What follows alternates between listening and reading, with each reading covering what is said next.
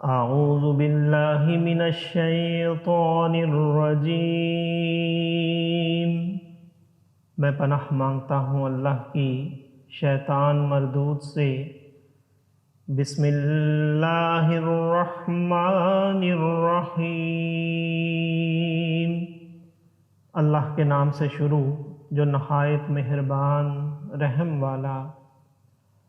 قل من كان في الضلالة فليمدد له الرحمن مدا حتى إذا رأوا ما يوعدون إما العذاب وإما الساعة فسيعلمون من هو شر مكانا وأضعف جندا ويزيد الله الذين اهتدوا هدى والباقيات الصالحات خير عند ربك ثوابا وخير مردا أفرأيت الذي كفر بآياتنا وقال لأوتين مالا وولدا اطلع الغيب أم اتخذ عند الرحمن عهدا كلا سنكتب ما يقول ونمد له من العذاب مدا ونرثه ما يقول ويعطينا فردا واتخذوا من دون الله آلهة ليكونوا لهم إذا كلا سيكفرون بعبادتهم ويكونون عليهم ضدا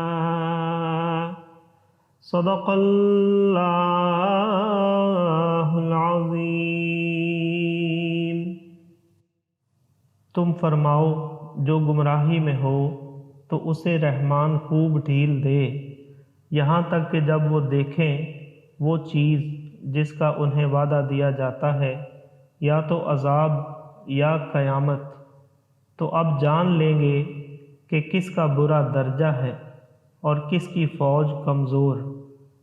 اور جنہوں نے ہدایت پائی اللہ انہیں اور ہدایت بڑھائے گا، اور باقی رہنے والی نیک باتوں کا تیرے رب کے یہاں سب سے بہتر ثواب اور سب سے بھلا انجام۔ تو کیا تم نے اسے دیکھا جو ہماری آیتوں سے منکر ہوا اور کہتا ہے مجھے ضرور مال و اولاد ملیں گے؟ کیا غیب پر جھانک آیا ہے یا رحمان کے پاس کوئی قرار رکھا ہے؟ ہرگز نہیں۔ اب ہم لکھ رکھیں گے جو وہ کہتا ہے، اور اسے خوب لمبا عذاب دیں گے، اور جو چیزیں کہہ رہا ہے ان کے ہم ہی وارث ہوں گے، اور ہمارے پاس اکیلا آئے گا۔ اور اللہ کے سوا اور خدا بنا لیے کہ وہ انہیں زور دیں، ہرگز نہیں۔ کوئی دم جاتا ہے کہ وہ ان کی بندگی سے منکر ہوں گے اور ان کے مخالف ہو جائیں گے۔ صدق اللہ العظیم۔